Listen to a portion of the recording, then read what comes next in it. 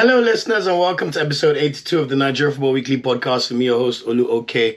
And boy, have I got another bumper episode for everybody's listening pleasure. Without any further ado, let's get into it, starting with the Premier League. And boy, oh boy, did we have an eventful weekend of Premier League football. And the good part is today is Monday, April 22nd, and it's going to continue for the rest of the week. So, what did we see? Nottingham Forest, Olaina played 90 minutes as Forest lost 2-0 to Everton away on Sunday. Taiwo Winnie is still out injured. And for anyone who follows the Premier League, you know that Nottingham Forest released a statement about the officiating for the game. The Premier League have responded today saying they're disappointed, but I think that's a bunch of crap, to be honest, because how else do we get these referees to change the behavior and the actions? But anyway, it's an interesting discussion, and let's see what happens from that if Nottingham Forest get a fine or something. But very, very interesting to see at the moment. Nottingham Forest are cutting it very, very, very thinly.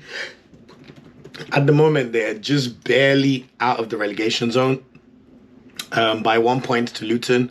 Yes, we know that they had some point deductions, but it's going to be a very, very crucial next few weeks for them. And it doesn't get any easier for them because their next game is at home against Manchester City on Sunday.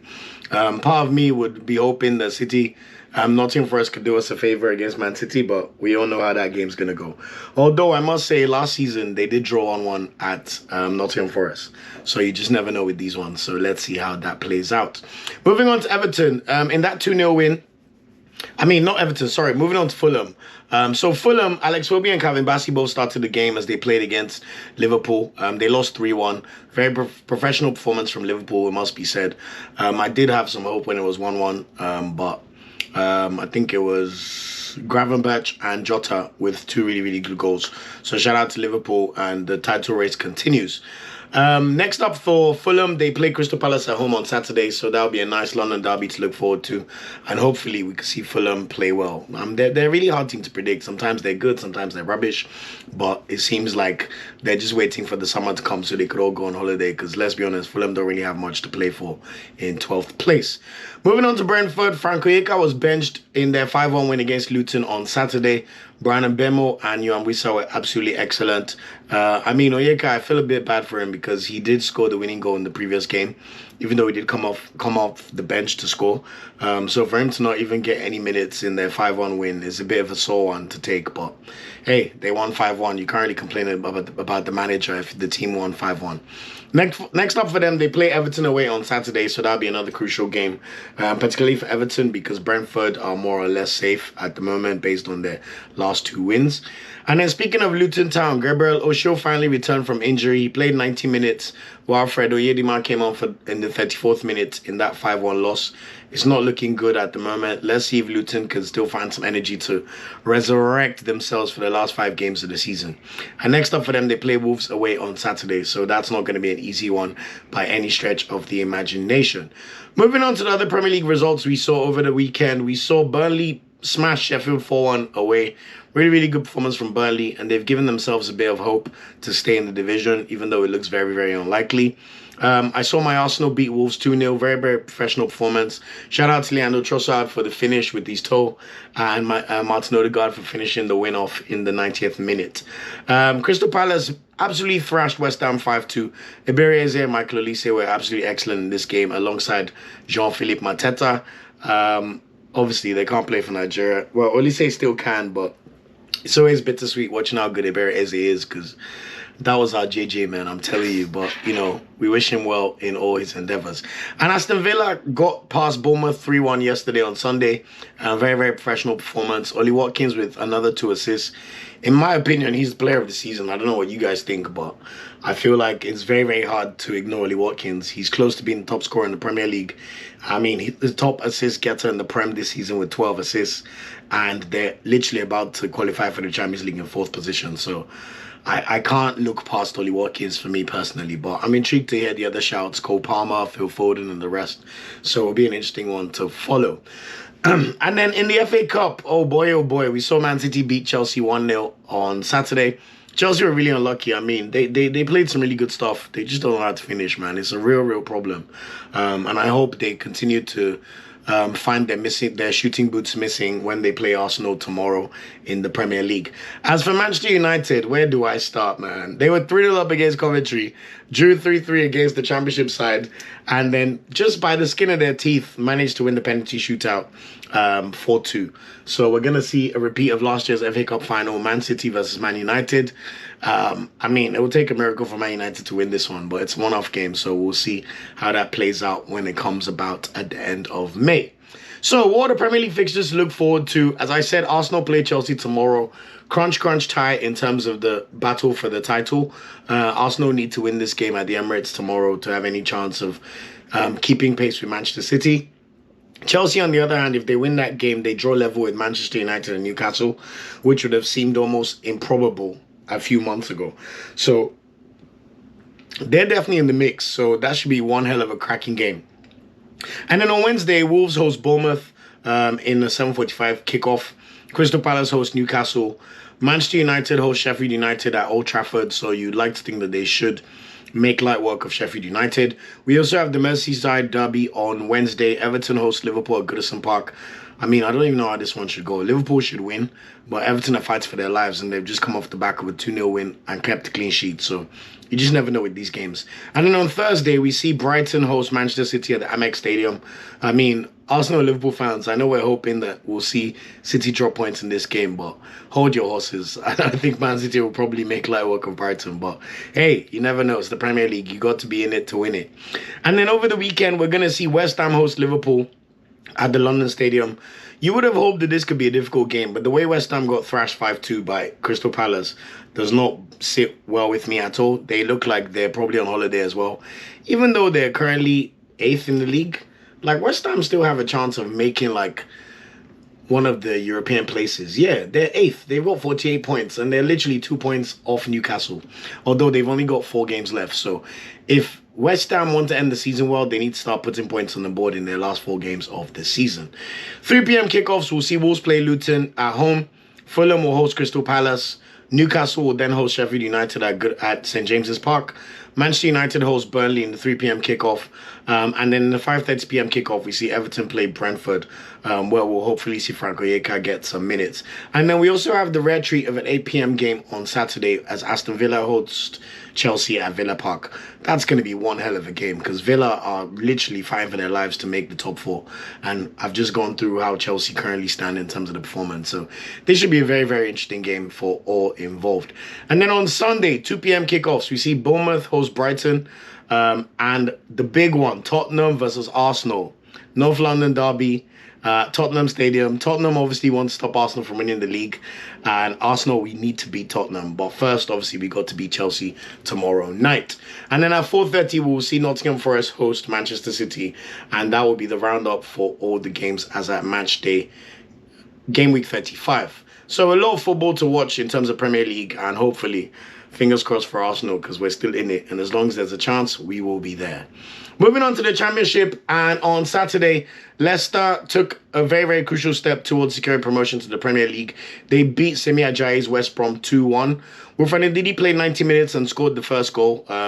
Very, very good instincts. I mean, it's crazy. I think Ndidi's got 9 goals this season. Enzo Maresca has really changed the way he plays. So maybe we'll see Onyedika sit at the base, and hopefully we can see Ndidi play as a box-to-box for Nigeria because he clearly has that potential. Kelechi Iheanacho was not in the squad for the game. I'm not sure if he was injured or he just wasn't selected. But next up for Leicester, they have a very, very crucial game against Southampton at home tomorrow. Basically, Leicester have 3 games to go. If they win tomorrow, they pretty much all but confirmed their promotion to the Premier League. It's still yet to be seen if they'll finish first or second because it's so tight at the top of the Championship between Leicester, Ipswich Town, Leeds, and also Southampton in 4th. But really, really cracking end to the season in the Championship. And then after the game against Southampton on Tuesday, they'll play Preston away on Monday. Speaking of Southampton, Jaribo played 72 minutes and actually scored in their 2-1 loss against Cardiff on Saturday. That was a big blow for Southampton, which means they're more likely to go straight to the playoffs. They really needed to beat Cardiff on Saturday to retain their automatic promotion hopes. But anyway, let's see what they could do against Leicester away tomorrow. And then they have a nice home fixture against Stoke City on Saturday. In terms of promotion hopefuls, West Brom are currently 5th, so they are in place for the playoffs as well. Shemi Ajayi was benched yet again. It looks like he's lost his place since AFCON, which is sad to see. While Josh Maja came on for the final 8 minutes in their 2-1 loss against Leicester City on Saturday. Next up for them, they play Sheffield Wednesday away on Saturday. So we know Sheffield Wednesday are fighting for their lives to stay in the Championship. So that'll be another really, really cracking game.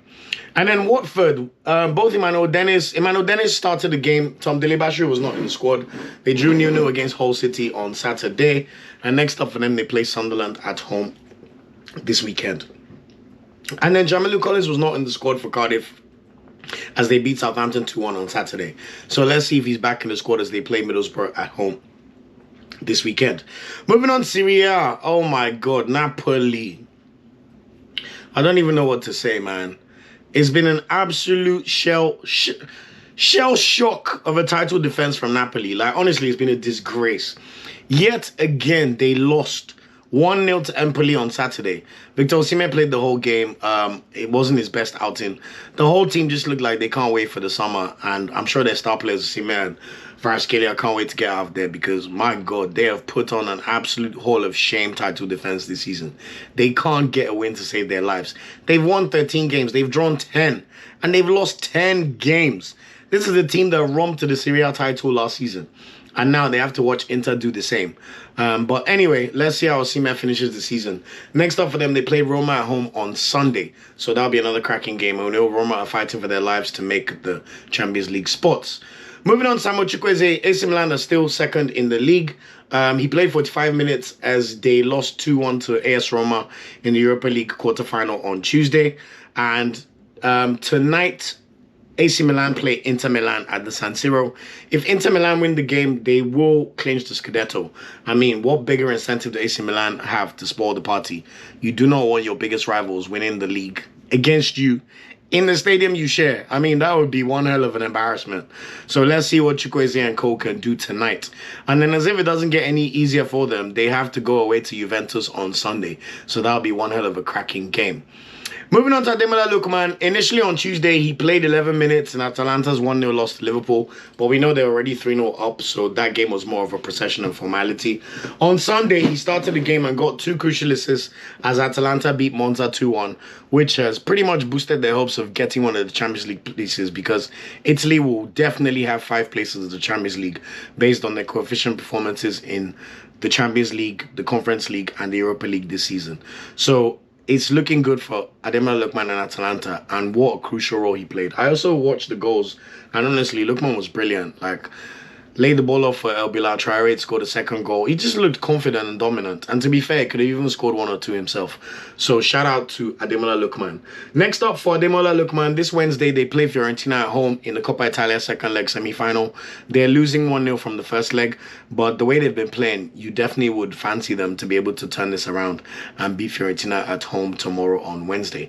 And then they host Empoli at home on Sunday, which should be a bit of a procession, but let's see how that game goes. Moving on to Udinese, Maduka Okoye played 90 minutes in their 1-0 loss to Verona on Saturday. Isaac Success was also a late substitute in this game. At the moment, they're 16th, so they're fighting for their lives to stay in the division. At the moment, they are literally neck and neck with Frosinone. So they both have 28 points, but Frosinone are in the relegation zone at 18th based on their inferior goal difference by 5. So, also, it's been announced today that Fabio Cannavaro, World Cup winner and Ballon d'Or winner, has been named as Udinese manager between now and the end of the season. So, this in particular intrigues me because I would love to see if Maduka Okoye keeps his place as the starting goalkeeper for Udinese, which he's been pretty much since December. You know, when there's a new manager coming, he could always want to shake things up. So, let's see how that plays out.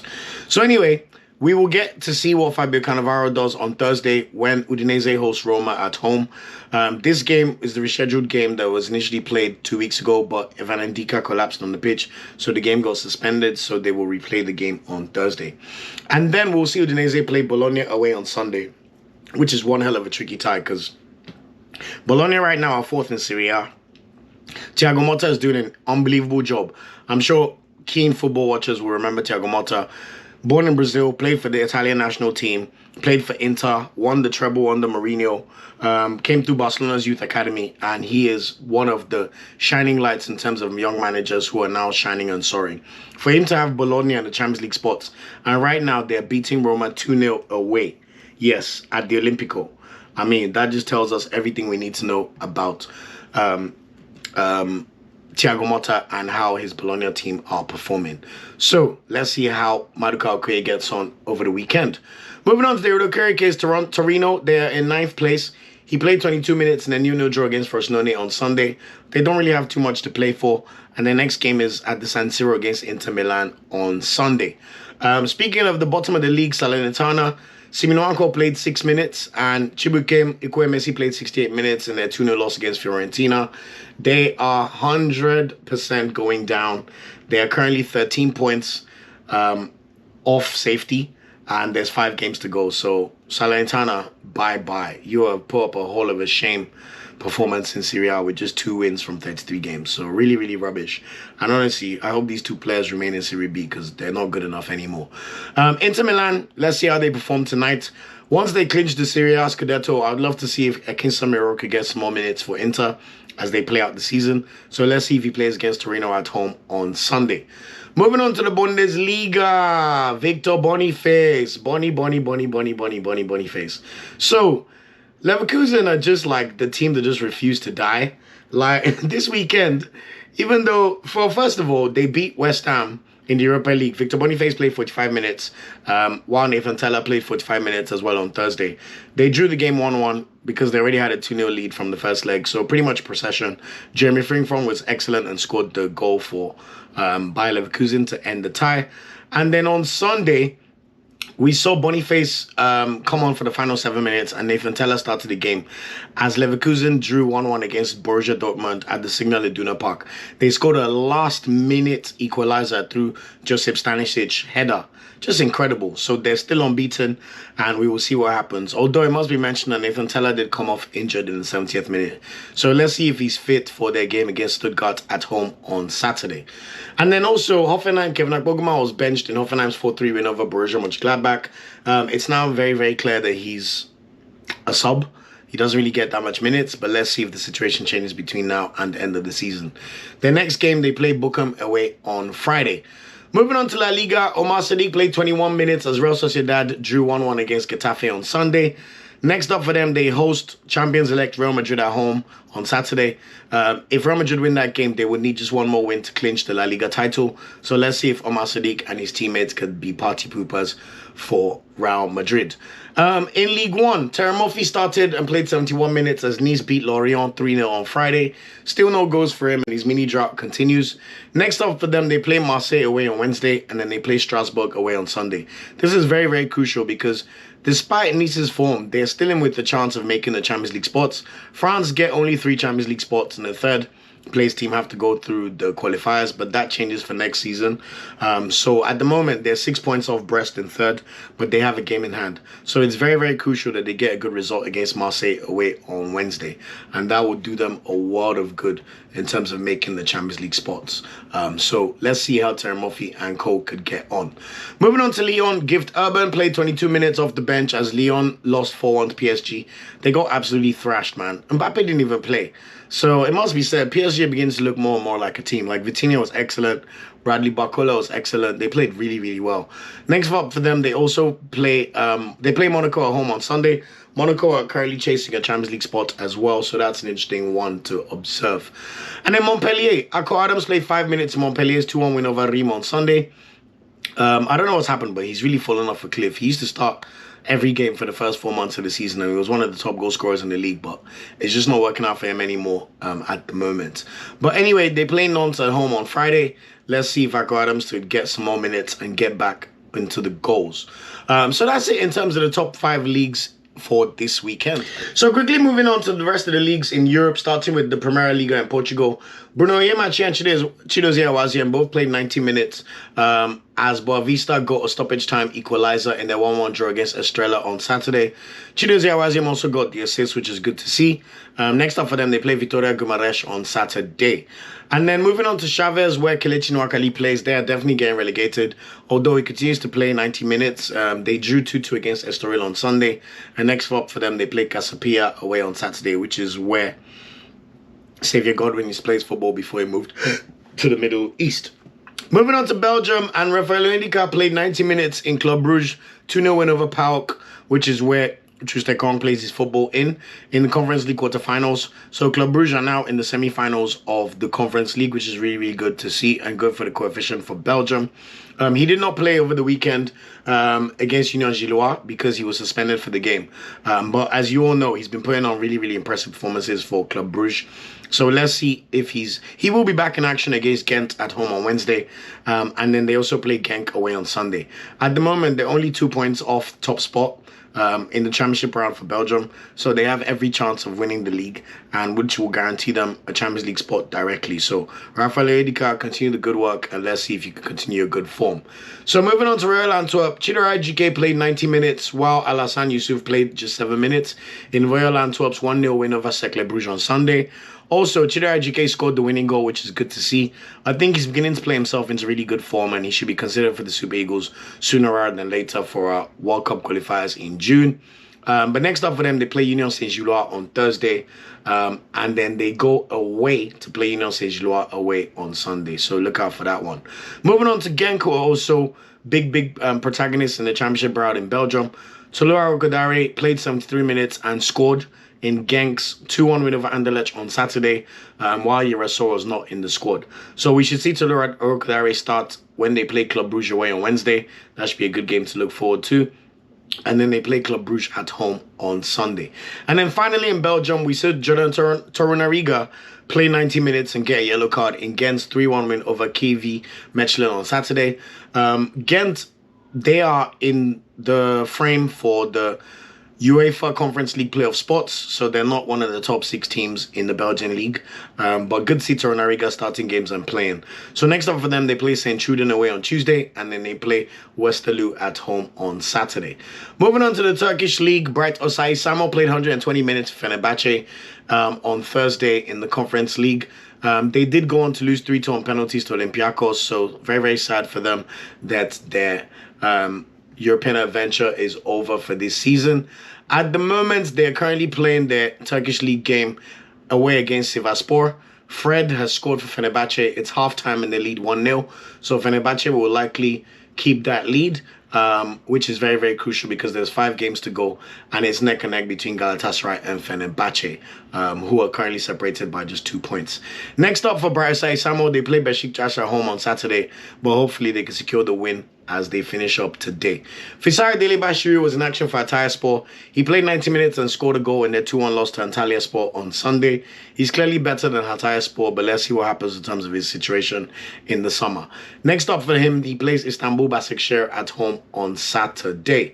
Kenneth Amiro's Kasim Pasha lost 2-0 to Gaziantep FK on Sunday. He did play 90 minutes, so let's see if he continues to play when they play Samsunspor at home on Saturday. And then moving on to the Scottish League, we saw Cyriel Dessers play 31 minutes initially on Wednesday as Rangers drew 0-0 to Dundee, which was really, really bad for them because basically they're just giving away the title to Celtic, which is not fun. But in positive news, over the weekend, Cyriel Dessers scored both goals as Rangers beat Hearts 2-0 in the Scottish Cup semi-final, which means that they will now play Celtic in the final of the Scottish Cup. I mean, it's always Rangers and Celtic, no surprise there. But also, we saw Leon Balogun playing 90 minutes in this game, which is really, really positive to see. Next up for them, they play St. Mirren away on Sunday, but I really want to shout out Cyriel Dessers. He's now got 19 goals for the season, and it's always nice when you fire your team into a final. So hopefully we can see him start and also be the hero in that game. Moving on to the PSL in South Africa, and Super Eagles #1 Stanley Nwabali played 90 minutes and made a whopping 8 saves in Chippa United's 2-0 victory over SuperSport United on Saturday. They're currently 10th in the league, and I'm pretty sure Nwabali will either move to Europe or move to one of the better teams in South Africa over the summer. But next up for them, they play Amazulu FC away on Saturday. Olisanda, on the other hand, remains injured for Orlando Pirates. He has not featured since the end of March. But let's see if he gets a game as Orlando Pirates play Royal AM away on Sunday. And then just to finish off in terms of leagues in Czech Republic, is the final game of the season. Igor Ugbo played 90 minutes at Slavia Prague, drew 2-2 against Sigma Olomouc on Sunday. They finished the season this weekend against Radek Kralov away on Sunday. In my opinion, there's no reason why Igor Ugbo should not be in the national team. That's one of the things I would love to see happen very, very soon. So let's see if Igor Ugbo will get a look in from the new manager. And then Victor Olatunji played 10 minutes for Sparta Prague in their 4-3 win over Banik Ostrava on Saturday. They're pretty much clinched the league, and they will win the league if they win away against Sigma Olomouc away on Sunday. Starboy of the week, I want to give a shout out to Cyriel Dessers for his 2 goals to, fire Rangers into the Scottish Cup final. Every time you score 2 goals to lead your team to the final, that's a big achievement. As I said, 19 goals for the season, so he's really found his feet in Scotland. But my Starboy of the week is Ademola Lookman. Like I said, Serie A get 5 spots in the Champions League. When you can make such a telling contribution like getting 2 assists for Atalanta in a crucial game against Monza, you rock my world. They're now just 1 point behind Roma with 6 games to go. Roma are currently losing 2-1 to Bologna at home. So it's really looking good for Atalanta. And it'll be very good to see Ademola Lookman fire them into the Champions League. Yes, we know Cup Miners and a few other players have played bigger roles, but Lookman's contribution has been very, very telling. And what a way to sign off for the weekend for your club. In Nigerian news, we've heard rumors that Super Eagles coach will soon be announced in the next 2 weeks. There's a rumor that Emmanuel Amunike will be selected if they go with the home-based choice. I personally would like to see it. Obviously, there's a worry about Emmanuel Amunike's human management of players. He's very used to dealing with under-17 teams and under-20 teams, but we know he's also managed national sides in the past. So I'm hoping, because you're dealing with millionaires here, the way you have to manage their ego and make them come together to play for the greater good for the national team is very, very different. But I personally would love to see an indigenous manager given the reins, so watch out for that one. And then just to finish up, the ones to watch for this week, Jaribo Southampton go away to Leicester to play Ndidi and Iana chose Leicester tomorrow. Very, very crucial game for promotion. If Leicester win, they're pretty much guaranteed to go up into the Premier League. We know that they will get points deduction, but still, we know Leicester pretty much belong in the Premier League. Terry Murphy's in action for Nice away against Marseille on Wednesday, and then he plays Strasbourg away on Sunday. Like I said, they're 6 points off the UCL spots with 1 game in hand, and hopefully Murphy can find form to fire them back to where they belong. Ademola Lookman is also in action on Wednesday. Atalanta play the second leg of the Coppa Italia, so if he can make a telling contribution there, we could see a situation where Atalanta play in the Italian Cup final while they also play in the Europa League semi-final, and then they will also be in with the chance of making the Champions League spots. So shout out to Gasperini for an unbelievable job at Atalanta, it must be said. Rafael Odika also back in action for Club Brugge on Wednesday against Genk at home, and then they play Genk away on Sunday. So as I said, they're 2 points off the top. He's back from suspension, so let's see if he could take them over the line and continue his great form. Maduka Okoye will be in action for Udinese against Roma on Thursday. It's the rescheduled game, so I put this one just to see if he continues to start under the new manager, Fabio Cannavaro. And then Victor Boniface plays against Stuttgart at home on Saturday. There's 4 games to go. Can they remain unbeaten? Can we see Boniface start some games so he could play a crucial role in both the German Cup final and also the Europa League semi-finals and finals if Leverkusen make that? That's really what I want to see. Omar Sadiq is in action for Real Sociedad against Madrid at home on Saturday, so let's see if he could be a party pooper. And then Victor Osimhen is in action against Roma at home on Sunday, while Samuel Chukwueze is in action against Inter tonight, and then he'll be in action against Juventus away on Sunday. And then finally, we see Ola Aina's Nottingham Forest play protagonist against Manchester City on Sunday. We know they desperately need points to remain in the division, but also can they spoil the party slightly for Manchester City on Sunday in the Premier League. So that's it for episode 82 of the podcast. Thanks again for rocking with me, and it's been one hell of a great weekend of football. Remember to subscribe to the podcast. We are Nigeria Football Weekly on all of our social media channels and also on YouTube with the exception of Twitter where we're at NFWPOD. Thanks again for rocking with me. I appreciate every single listener and enjoy the football this week and over the weekend. And hopefully by the next recording, we will have a new Super Eagles manager. Take care, and I'll see you in the next episode of the podcast. Ciao, ciao. Bye. Thanks for watching this video. Please like, share, subscribe, and click the bell to get a notification whenever we drop a video. You can also find our social media channels listed below. And of course, up Super Eagles and Nigerian, they ever carry last.